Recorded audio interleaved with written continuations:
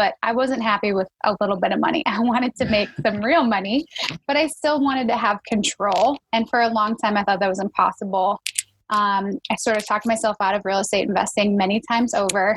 Finally bought my first property, was totally hooked. And I think it has scaled pretty much every day in the past. Welcome to the Real Estate Marathon Podcast, your guide in the race to financial freedom through real estate investing and sound financial practices. This podcast is for anyone interested in learning more about real estate investing, personal finances, and a new take on traditional retirement. Now, here are your hosts, Larry Fierro and Mike Moe.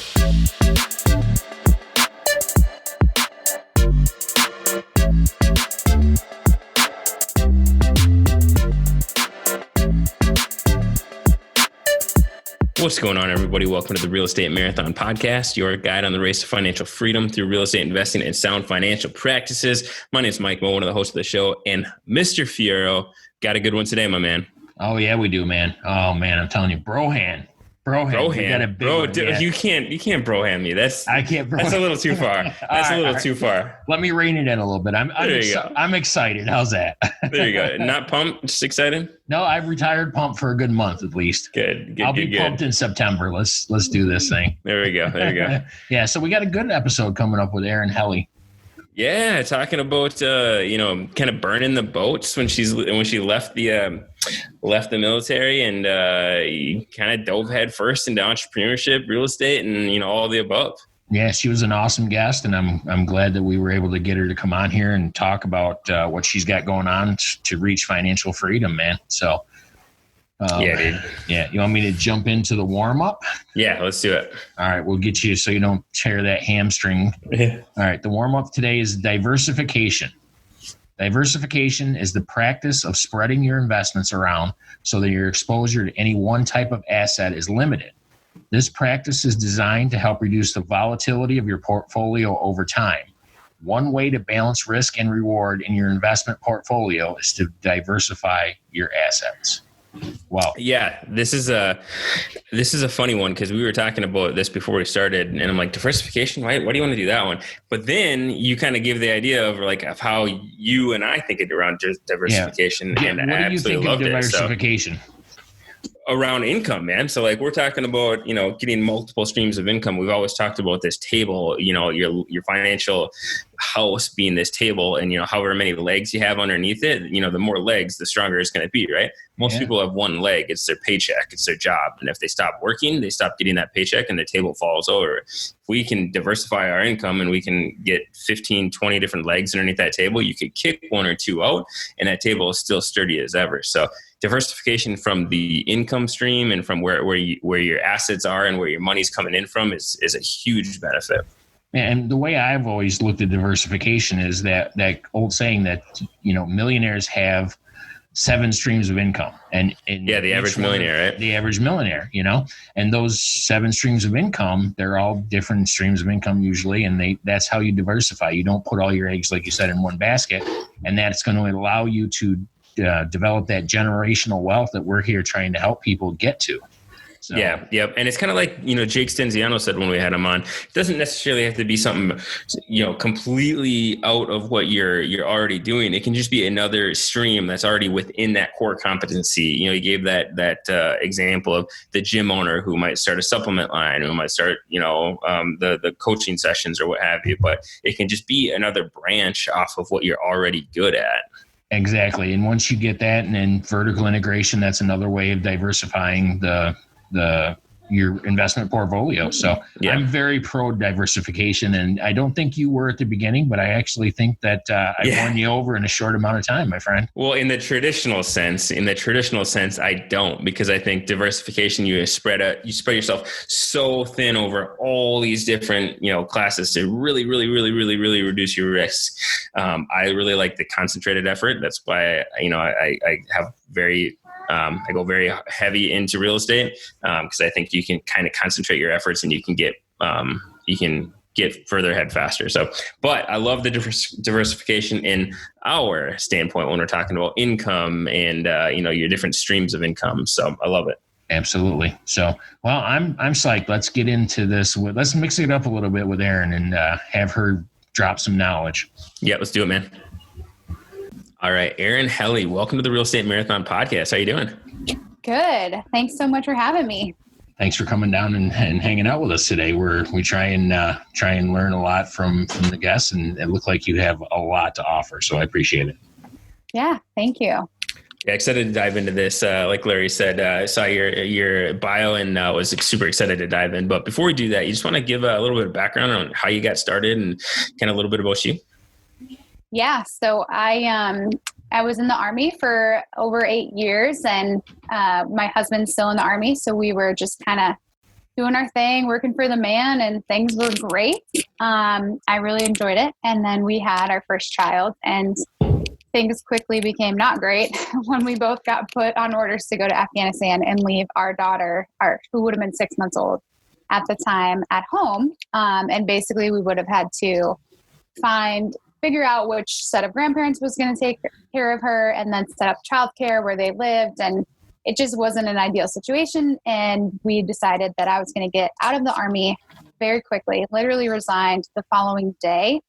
And I was out of the Army completely 5 months later, which is a really, really quick transition for something like that. It usually takes people like a year, sometimes longer, to make that transition. So mine was pretty fast and furious. I didn't really have any plans when I got out of the Army. I knew that I knew I wanted to work in some form, but I also didn't want to be working 80-hour weeks. I wanted to hang out with my kid and continue to grow our family. So finding that balance was a lot more challenging than I thought. And it's actually pretty easy to make a little bit of money, on your own terms through a bunch of different things. But I wasn't happy with a little bit of money. I wanted to make some real money, but I still wanted to have control. And for a long time, I thought that was impossible. I sort of talked myself out of real estate investing many times over. Finally bought my first property, was totally hooked. And I think it has scaled pretty much every day in the past just over 2 years. And I can officially say, like, in the last probably 8 or 9 months, I'm making real money. In the beginning, it was pretty small amounts. But I'm still not working a ton and happy with what I'm making, and also happy with the ability to continue to make more with the same time commitment. Nice. That's awesome. Yeah. It's funny how the kids will come along and be a catalyst for some massive change. And obviously that was the case. So I want to dive into that. So you resigned basically the next day, and you wake up that day, and what do you do? What's running through your head? What's your thought process? Is now you got to basically start from scratch. Yeah. So I definitely had some time where I just felt really bad for myself. Very resentful of the whole situation. My husband was still active duty, still pursuing a career, and really just being a total badass, honestly. And I was like, I'm at home hanging out with a baby who can't even talk to me, just dealing with poop all day and spit up. And so I went through that phase. And then I finally realized, like, nothing was going to change unless I decided it was going to change. So I thought I could wrap my head around just staying at home and being happy with that. And that worked for a little while, but it ultimately was not for me, is not for me. And as I started to build my real estate portfolio and kind of manage some of my properties and take on more, I guess, like, responsibilities there, I realized, like, you can have your cake and eat it too. Like, you can have this professional side, but still be able to spend a lot of time with your kids and still be, have that balance. And I think I was a better mom and certainly a better spouse as I started to build my business. That was kind of like my one foot in the door. And I also just had, like, sort of that trepidation and this fear of going all in. For a long time, I had this fear. Like, I think in a lot of ways it was sort of like so deep rooted, I didn't even realize it, but I was, like, sabotaging myself in a couple different ways. And it wasn't until, like, September of last year that I launched my first education course online, and I sold a bunch of courses before I had a course. And that really, like, put so much pressure on me. And I was like, I don't have a choice. I got to deliver. I got to come up with a course. And I just put my head down, I grinded it out, and I put this course together. And I realized, like, people are going to pay for this before it's even a this. And that was kind of a turning point for me, where I was like, all right, I'm no longer doing this part-time. I'm no longer a stay-at-home mom who has a side gig. Like, this is a full-fledged business, and it's up to me now to make it work. And I think that was like a big change in my attitude and also in my income as a result. Wow. And I got to tell you, there's a couple of things I wanted to touch on a little bit about going from, the full-time life of an Army person into a stay-at-home mom. Now, did the Army experience the discipline and all that help you in your real estate business? And if so, how did you feel it helped? Yeah, absolutely. The discipline, I think the focus on systems and, just sort of that continuing to add value. The Army's been around forever, and every time you get in a position, you only stay there for a year, 18 months, maybe 2 years if you're lucky. So you don't have a lot of time to leave your mark. And I think a lot of us go through these positions and want to make it better. And so you have to just get real creative and figure out how to do things efficiently, and then continue to increase the value and maximize those systems. So I learned a lot of that in the Army, which I think has helped me certainly build systems in my business and manage teams, manage people. Absolutely. And the discipline part for sure. You can, at the same time, you can get in these positions in the Army and you can just kind of flounder, and you're going to move on eventually, and you can kind of just hang out like that if you choose. And you can do the same thing with a business, but you're only going to get so far. So I think I learned a lot, the more you put in, the more you get out. I learned that probably at a pretty young age. So I definitely apply that to my business and tell myself it's hard now, but it'll be worth it eventually. And, sometimes there are times that you need to maybe take a step back and need to slack off a little bit. And that's okay, as long as it's not something you just fall into and stay there forever. Nice. I have some friends in the Army. He said the best thing he learned was how to eat a 4-course meal in 5 minutes and under. Right. Yep. So, now, when you first started down this path, were you planning on shooting for financial independence, or was that a concept that you hadn't heard about? And when did you first hear about financial freedom? So I think I've always heard the term financial freedom. And I think I had that in my head from a very young age. That is probably the main reason I went to West Point, knowing that I would have a full scholarship. I wouldn't have to pay it back. Nobody had to help me with living expenses or things like that. So that was a huge reason that I went to West Point. And that was kind of the beginning. Even as a teenager, I knew I didn't want to be relying on anybody. So when I decided to stay at home, or when I decided to get out of the Army, rather, I wanted to be financially free, but my idea of what that is has changed drastically. When I first pursued that, I thought for a couple hours a week, I wanted to make $1,000 a month. And $1,000 seemed like a reasonable goal, and it seemed like some good money. And then I was like, okay, well, $1,000 didn't change my life, and I can do more. So then that became $3,000, and then it became $5,000. And now my goal is $20,000 in passive income a month. And that to me is financial freedom, because we can do anything we want with that money. We're not going to be held back in any way. When you started out that process of trying to build that passive income, did you start with real estate? You mentioned a course in there. How did you start laddering up those different layers of passive income coming in?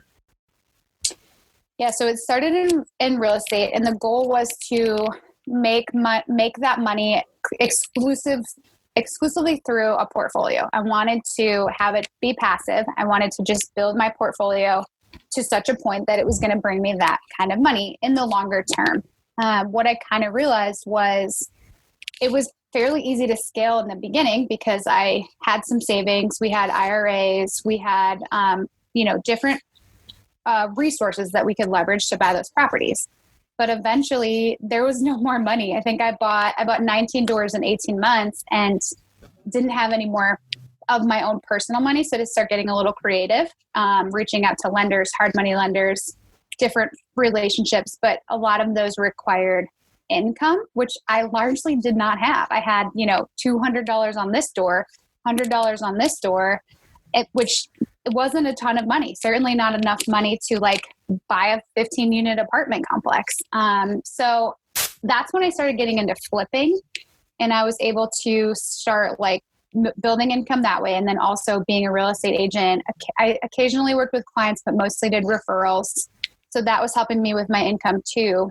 But I always had this passion to coach people and help people do the same things that I was doing. I started to realize the power behind it, but also realize that if I had started earlier, sooner, I could have been so much further along by now. And part of the reason I didn't start earlier is because so many people talked me out of it. So many people told me this was not a good industry. It was too risky. I shouldn't do it.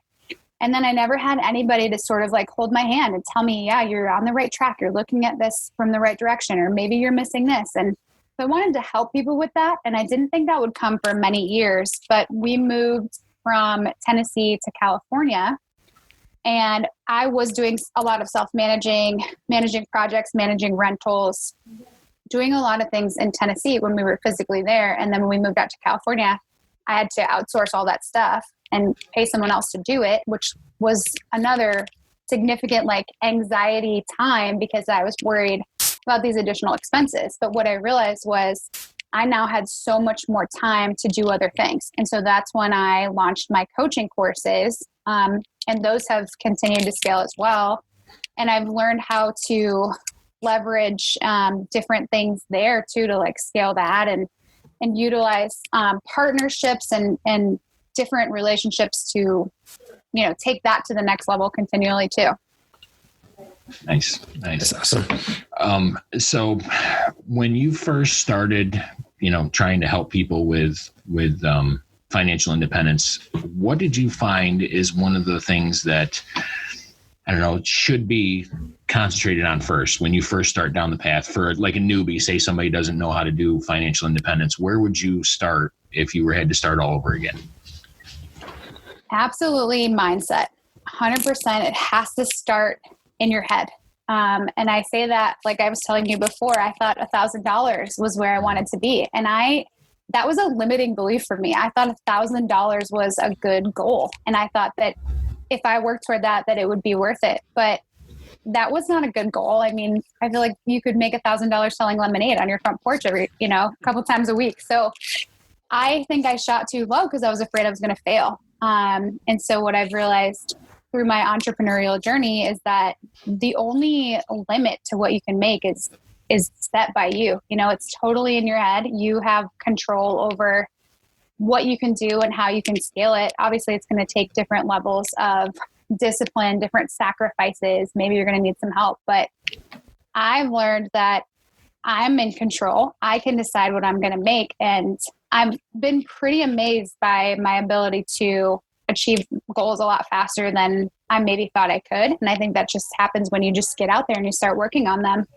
So all that said, I think that everyone should start knowing that they have to get their mind right and truly believe that they can earn this money and shoot for whatever this money is, whatever they want their future to look like. And you can see behind me, I've got a bunch of pictures and graphics over here. Like this is my why. I have it very clearly posted all over the place with a $20,000 number written everywhere because not that I would ever really forget it, but sometimes you have tough days, especially as an entrepreneur. There are days when you're like, maybe this isn't what I should be doing. But then you just look at this stuff and you're like, okay, this isn't what it's all for. I am making progress. I'm moving toward it and it makes it all worth it. So I think that's where you got to start. You got to get really, really real with yourself and what it is that you're trying to work for.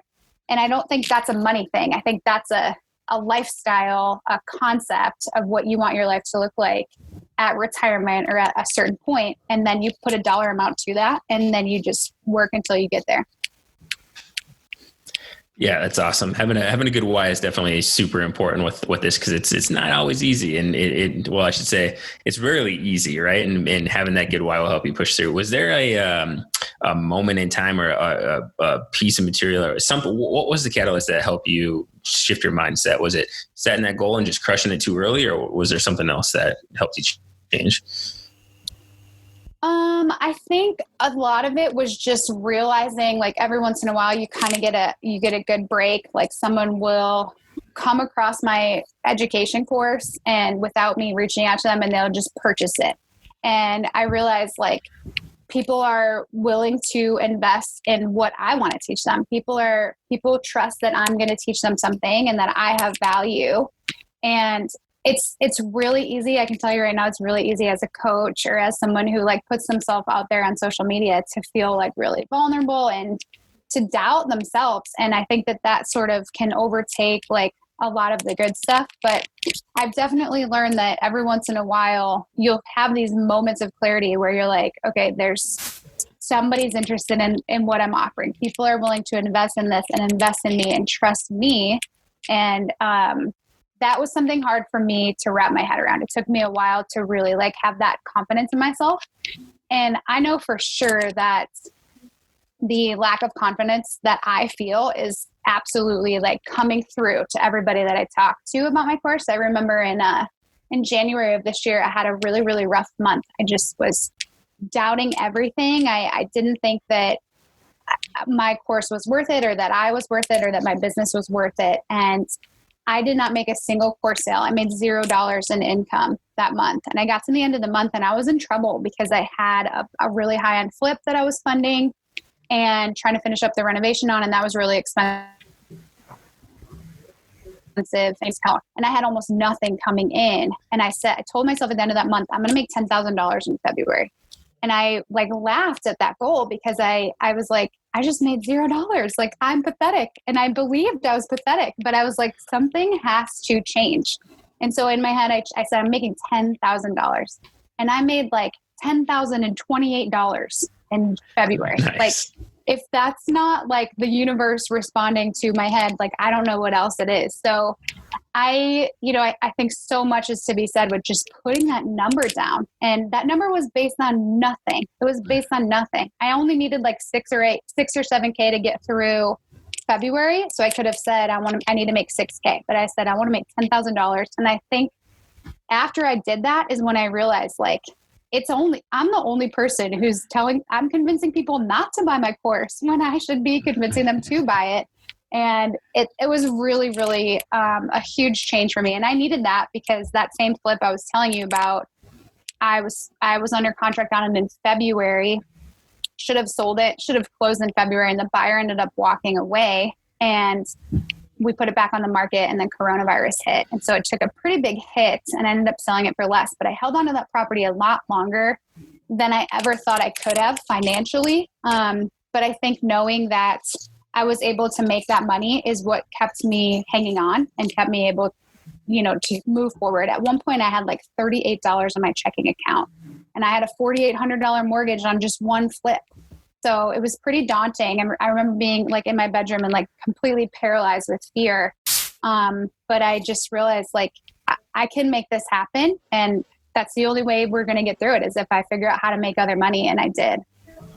It's awesome. It sounds a lot like you and I are somewhat alike in that is I generally find some of my best work is when I'm under the gun or I'm against a deadline. I could have been a great newspaper person, but you kind of stress yourself out a little bit, and that stress makes you rise to new levels. So I can respect that. That's how I am. Can we talk a little bit about your first house that you bought as a passive income? What did that deal kind of look like? Yeah, so that one I bought in Tennessee in the same town I was living in. And I had about $60,000 in a savings account that I wanted to commit to getting started. And I started looking at distressed homes, thinking that I could get some equity out of them. And I went right on the MLS. I found a real estate agent and she started showing me houses. And I was finding that I would get like $20K in equity out of this one or $25K out of the next one. But I needed to put that much work in it. So it just wasn't making sense in my head. I was like, why would I buy these properties? Like everything that I listened to about buying right just wasn't playing out in the way that I was going about this, looking on the MLS, looking at these retail properties. So I ultimately ended up finding a new build that cash flowed from the beginning. Taxes are really low in the Clarksville area. I bought a pretty small house in a nice neighborhood in a good school district and got a good rent right off the beginning. So right off the bat from day one.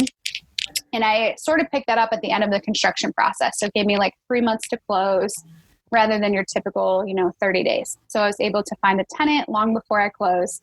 I drove from closing, got the keys made, brought it over to the tenant, and that same tenant's been in there every month since, and he's paid on time every time. He works for LG, and LG pays his rent, and then some. They've asked for like a couple extra things, and like they wanted a washer and dryer, so I basically like purchased that for them, and then within the first year they paid for that, so that washer and dryer will stay in that unit. Increase the rent, but it's already paid for. So they wanted a couple things like that. They wanted a gas tank and a gas fireplace, so they paid for all that, but that'll stay when they leave. So that's been a great asset. It hasn't caused me any trouble. When the 1-year warranty was up, we had a 1-year builder's warranty. I got an inspection done and they fixed everything that came up on that inspection. It's been great ever since. So it's been a really good experience. From day one, I was able to sleep at night, which was my biggest concern, was that I'm kind of a worrier by nature. I'm pretty high stress. And I was worried that I would buy it and I would just have buyer's remorse and it would just stress me out. And it didn't at all. I felt really good about the process. I felt great about the tenants, just everything. And like I said, it cash flowed from the beginning. And that gave me the courage to kind of step into the next one. But I didn't have any more money. Or at least I didn't think I had any more money, because I spent I think I put like $58K into that, and I had like 65 in my savings account. And like I said, had just had a baby. I had like a 1-year-old at that point. And so I thought I was done. I was like, how in the world? I'm making like $300 a month. It's going to take me 100 years to buy my next property. And so I had to look for other strategies and get creative. And my next one, I sold my car when my husband deployed, and I had like 25K from that sale. And I ended up doing a flip and turning that 25K into 40K. So even though that flip was crazy, a very interesting experience, I just realized like how you can leverage a situation like that and turn 25K into 40K in a matter of a couple of months. And, when I only had 25K to mess with. So it was cool that I was able to turn that into the next one, and then realized I could buy property in my IRA, and I just kept coming up with ways to buy more. So you thought outside the box and you got super creative. So that's fantastic. That's what we're trying to help people with. Where there's a will, there's a way, and you just got to figure it out. Yeah. And that's what I tell my clients too. Like, don't worry about the money. Find the deal, and the money will come. You either can find, if the deal is right, people are going to want to partner with you, or a lender is going to want to lend on it. Like, don't worry about that part of it. We can figure that part out. Yeah, if the deal's good enough, that's absolutely for sure. There's two things I kind of want to unpack on that. First one is new construction as a rental. That's not a super common thing you hear, right? It's usually you're finding these, it depends on the market, but in my market, 60s and 70s builds are the only ones that really make these numbers work. So tell me about, how did you get into the new construction, and is that a good option for a lot of people? I'm sure it's market specific, but can you expand on the new construction rental? Yeah. So I think it 100% depends on the market. And that's not something I realized at the time. And it really wasn't until I started doing podcasts and that people told me that I was crazy to buy a new build. Like, the thought of a new build not being a good investment never entered my mind. Like, nobody ever told me that might not be a good place to start. And to me, it just, the numbers made sense, and that's all that mattered. And then, like I told you, I wanted to feel secure in my investment. I was worried I was going to buy a property that was so old and it was going to fall apart by the end of 30 years, but I still had this mortgage on it. So that was a huge concern of mine, but the numbers just worked. And the way that they were building in Clarksville at the time, I was able to get quite a bit out of, I offered full price, but I asked for a bunch of extra stuff. I asked for blinds and a fence and the things that I would need to make a completely turnkey. So I got a runner in there without doing anything. And to this day, I've not done a single thing to that house.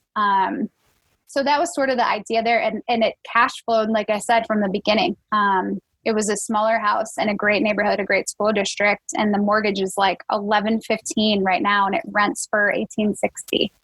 And taxes are low. Taxes are really low.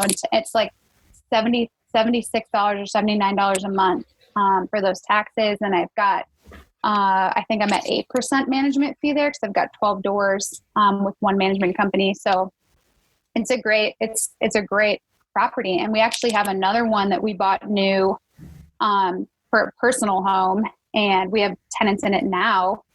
And that one cash flows almost $400 a month. We only lived in it for a year before we were able to put a tenant in there. So I think it's definitely market specific. We're in Texas a lot now, and taxes are really high there. So I don't think you could, even though the price points are the same and the rents are about the same, your expenses are a lot higher there. So it doesn't end up being the same when you're doing a cash flow analysis. Yes, that's awesome. It's quite the difference between my story. Where my first duplex I got was I can never remember the exact year, so I probably said the wrong year 3 times on this podcast, but in 1906, I think, in 1908, it was definitely the first half of 1900. So it was definitely a very, very different than turnkey. And you'd be surprised at some of the things you find in a house, 110, 115 years old, whatever that is. So because my favorite thing about that whole new build thing is zero CapEx for a good long time, So, and the warranty, right? Because it's like, what is it, 1, 2, 10, where you got 1 year, everything, 2 years behind the wall, and then 10 years foundational, right? So your major stuff primarily is you're good to go. Exactly. The other thing I want to unpack on that is the flipping to fuel the multifamily or the buy and hold. I see a lot of people that do that versus going out and trying to do like some creative financing or raising capital and things like that. When they hit the wall of no more money to fund their long-term holds, they think about flipping. But I've also seen some horror stories around people who get into flipping without knowing what they're doing, and they lose a ton of money, and hold times go way over, budgets go way over. So do you think that, from your experience and from what you've seen from other people, do you think flipping is something people should get into to fuel their long-term holds? I think it ultimately comes down to what it is that they're trying to do.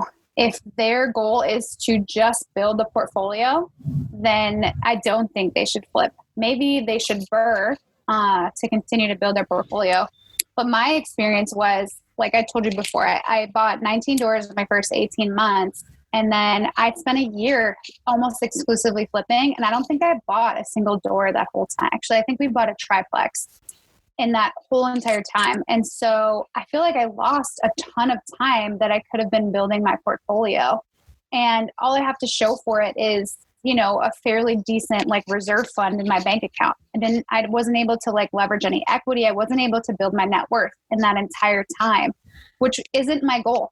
I basically took a 1-year hiatus from moving toward my $20,000 in passive income goal. And so it took me actually doing that to realize I thought I was fueling those goals. I thought I was moving toward it, but I was just distracting myself from it. And had that one flip I told you about that I ended up losing a ton of money on. I lost about 3 flips worth of profit on this one property. So I spent 6 months and ended up in the same place I started. And so I lots of things could have changed there. The situation was a little bit crazy, and then a black swan event to amplify all the issues I had with that flip. But I learned a lot, so I don't think I would do it any differently. But I do know now that my goals are to build a portfolio, and that's where I'm focusing all my energy. And that's why I tell my clients to start, figure out what your goals are, come up with a plan, a strategic plan, and stick to that plan. If flipping isn't part of that plan, don't get distracted by the amount of money you could make on that flip, because flipping is it's a lot. It's a lot of time, and it's a lot of money, and there's a lot of unknowns. Yeah, don't get that shiny object syndrome and want to run after those flips. There's at least 2 or 3 partners in the last year that I can think of that, we're looking at multifamily deals together, and they're doing the same thing, flipping on the side to fuel their multifamily. And when a deal came up, their capital was tied up in this massive flip, and they couldn't participate in this deal. So, they kind of did that same thing where they saw that shiny object and then took it away from their long-term goal of the multifamily buy and hold. So, we have a lot of new listeners and people that are just getting started out. So I kind of want to delve into your coaching program and your courses a little bit and, find out how important do you feel a coach is in the success of a real estate? Do you think that they need a coach, or what's your take on it? I think it really depends on the situation. I think it also depends on the type of person you are. If you can be very disciplined and you can stick to something without any external factors, external push, I guess, then then maybe you don't need one. I do think everyone can benefit from a mentor in some way, like a second set of eyes, no matter what it is. And I also think just having the right network is really important, because when other people are achieving success, you can kind of feed off of that and elevate your game to sort of keep up. I think it's just human nature. But I think if you're ready to kind of take it to the next level, a coaching program or online education can definitely help you do that and can definitely help accelerate that timeline. But I also don't think that people should spend money that they don't have necessarily. And then I also don't think that they should spend money that they could be using to invest. I don't know if somebody should come up with $30,000 from their IRA and put that in a program. I think it makes more sense for them to put that into a property. So I think, it ultimately comes down to your means and your goals. If you're someone who wants to buy one property every year and you're looking to make $300 in cash flow this year, I don't think there's any room for you to spend $10,000 on a coach. It just doesn't make any sense, return on investment wise. So again, I think it ultimately goes back to what your goals are, what your timeline is, and what you have and are willing to invest in yourself, because that's what coaching is, right? It's an investment in yourself. So you might need that for a variety of reasons, whether it's you're not disciplined enough, you're not confident enough, you're not creative enough. I think you just have to figure out where your shortfalls are and fill those gaps with a coach or a mentor or a partner. It's pretty strategic in that sense. I think speed to success is huge and a big factor with a coach. Like there's no shortage of information out on the internet, but filtering that information and figuring out what is right and being able to, consolidate that information in what is actionable content is a lot harder and some risks to that. So having somebody who's done it before, I think certainly helps. Are there times in a person's learning journey, getting into real estate where you think it's more beneficial to get a coach, like right at the beginning, or as they're, diving in maybe from single family to multifamily, or going from, they're flipping to their buy and hold? Are there specific points where it's more beneficial and rewarding to engage a coach? Yeah, I think so. I think anytime that you want to pursue a new strategy or like take it to the next level, you can definitely benefit from that, from hiring a coach or investing in an education program. Because like you said, it will just cut off the time that it takes you to be successful in that arena, or at least have enough knowledge and confidence because of that knowledge to take action. So I think there's always that in the beginning, or a new strategy.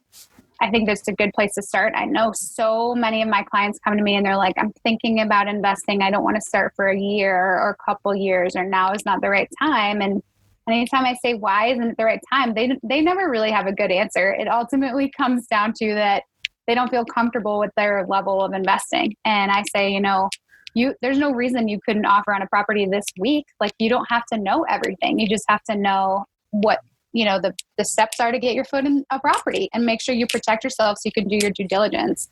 I think people think they have to know everything before they can do anything. And that's why most of them don't ever do anything.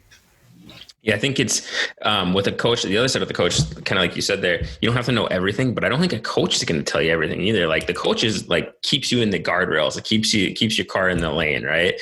But you still have to figure out a lot of the other things, but it can at least help you from not getting completely burned on, some of these first deals, and will help you stay on the playing field, but it won't tell you everything. Like, I think a lot of people get into these coaching programs and expect like a 1 through 100 program on how to get financially free, or how to, have success in real estate. And I don't think that's the right expectation to go into coaching with either.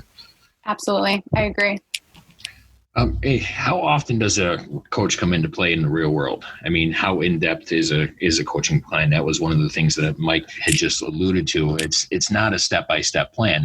And if you do run into something that you don't know, how often are you really going to be able to bring a coach in on it? Yeah, that's a good question. I think it also depends on what it is that you're trying to do.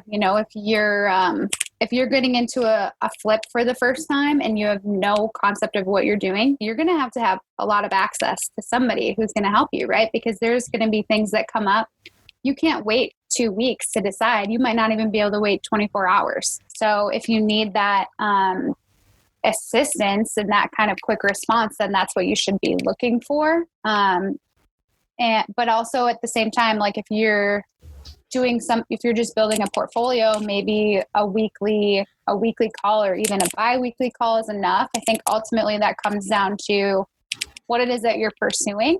But you're also going to pay for that, right? Like you're going to pay for access to somebody. That person's time is valuable and being able to free that time up. So if you need a lot more interface, interaction, and step-by-step stuff, you're going to pay for that. But again, hopefully what you're paying for will pay you on the backside. Gotcha. Yeah, and Larry, I know you weren't asking me, but because I do have the coaching experience, that when I when we started the program that we both joined, my first 6 months with my coach, it was every week, right? And then after that, it was like, well, once a month and then you'd get a deal under contract and it'd be like, all right, back to that once a week for at least 3 or 4 weeks, because you just didn't know what you didn't know, and you started finding new questions that you could ask. But it's certainly, I think it varies at what stage you are in the game, and how often you'll leverage them. And it's easier to leverage them when you have that real world scenario to throw their way and say, how would you play this? What's your thoughts on this? To really get their knowledge out of their head. Yeah. And I think that's a good point too, because like so much of real estate, it's really hard to talk hypotheticals. Every deal is different. Everyone's situation is different. Everyone's strategy, goals are different. That's what I love about this industry. But it's hard to, like, I have so many people that will come and say, I want to do this, this, and that. Like, how would you advise me? And it's like, it's not really that simple. Like, we need to sort of navigate deals together. And that's what I offer. My courses are pretty basic in terms of what they do on their own. And they do it, it's all video taught. They're teachable at their own pace. And then they come to me with their do outs from that. It's very action oriented. But what I also offer them is their first couple of deals. I want to help you navigate those. And we just kind of come up with a plan that makes the most sense based on what it is they're trying to pursue and how much time or access they need with me. And it's very specific, I think. And I think with what I do with my clients, it needs to be specific. And I'm saying, I want to help you get in your first door or your 2 or 3 doors, or maybe take it to the next level. I'm not trying to say, hey, I'm going to give you enough information, enough education, so hopefully you feel comfortable doing it. I don't want to just like leave them off like that, because I think that's what was missing for me in the beginning, and that's what gap I want to fill for other people.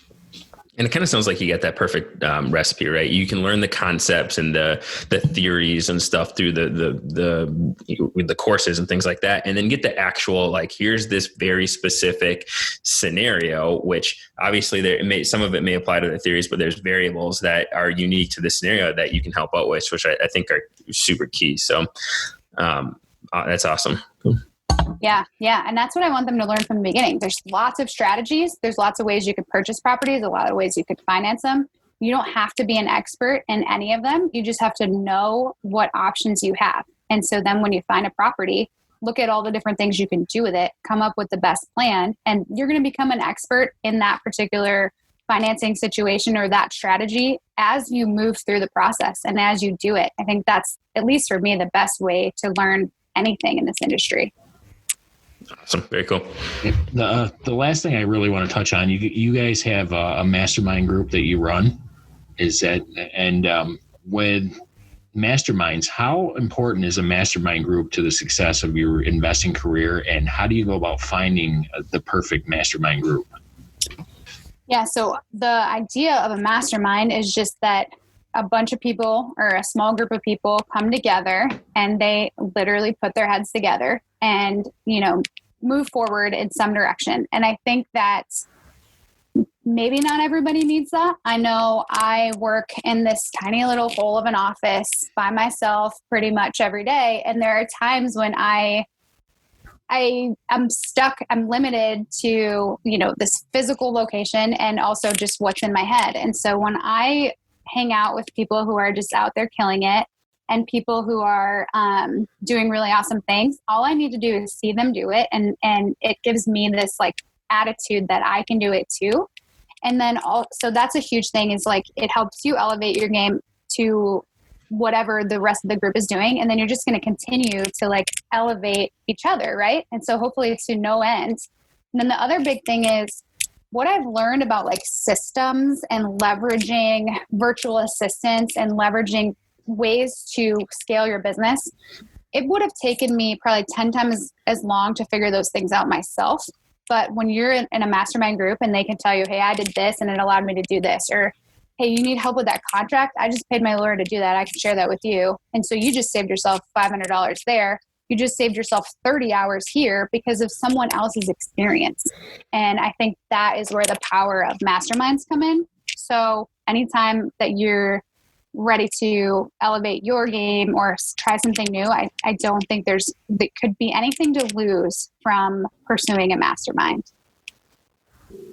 Absolutely correct. Mike and I actually met in a coaching / mastermind program and determined that, we wanted to give back to the real estate community that's been so great to us. So that's why we started the podcast. So I said I wasn't getting any smarter about real estate talking with my 5-year-old about it. So that mastermind certainly comes into play there.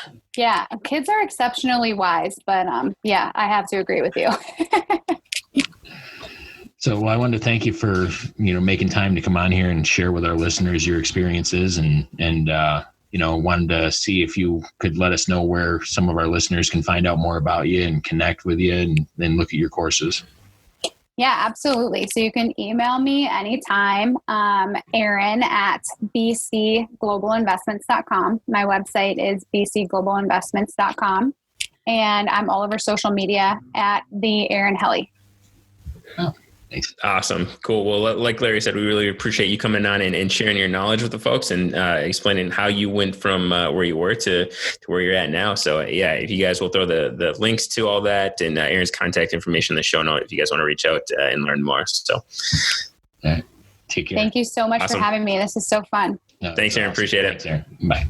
All right, man. That was Erin Helle talking about mastering the mindset to reach financial freedom. And she did not disappoint, man. That was a good episode. It was a very good episode. She had gone through something that was just, it came up out of the blue and she rebounded and figured out how they were going to get by. And when she left the military and just started her company. And that's what the American spirit is all about, entrepreneurship. Yeah, I can't imagine that, obviously both getting orders that they're getting deployed in really short order right next to each other. And with the kid, it's like, the Army. So 14 years in the U.S. Army, and then obviously set out on her own and never looked back. So, but it wasn't all smooth sailing, man. We got into some issues and some troubles and some lean months, but it was awesome to hear how she kind of overcame that. Using that creativity to get by. So that was excellent. Yeah. Excellent information.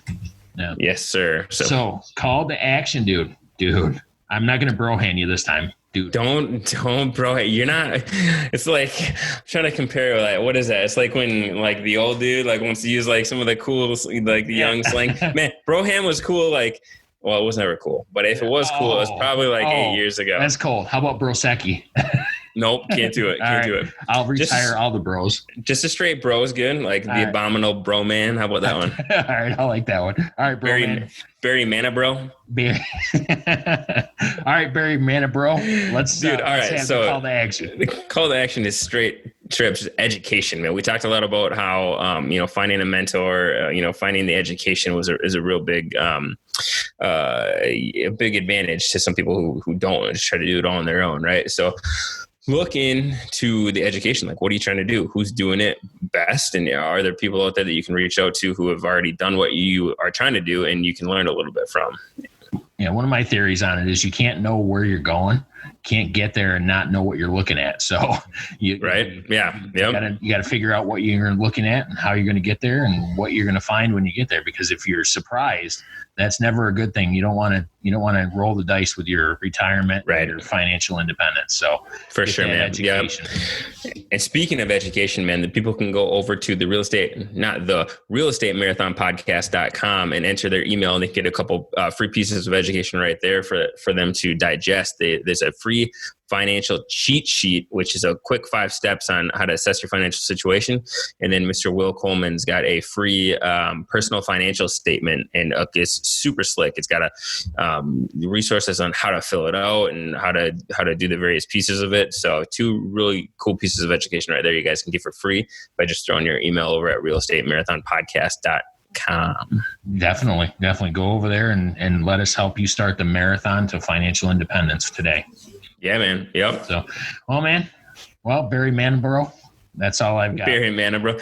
I like the abominable bro man. That's the best one right there. Yeah. The abominable bro man. Let's take it out, man. Yeah. So the last thing I got, man, we're gonna do the episode, the outro self promotion here. So if you guys are if you guys have stuck with us so far through this interview, the chances are that you like what you're hearing, right? So if you can head over to whatever podcast player of choice that you're listening to this on, and leave a rating and review. We're still doing our giveaway for The Richest Man in Babylon by George S. Clayson. If you leave us a review on iTunes and throw us a little quick screenshot and send it to Larry at realestatemarathonpodcast.com, we'll send you one of those free books. So you do that, and it just helps us out, helps us get this podcast out to more people. So jump on over there, take a quick 30 seconds and let us know what you think.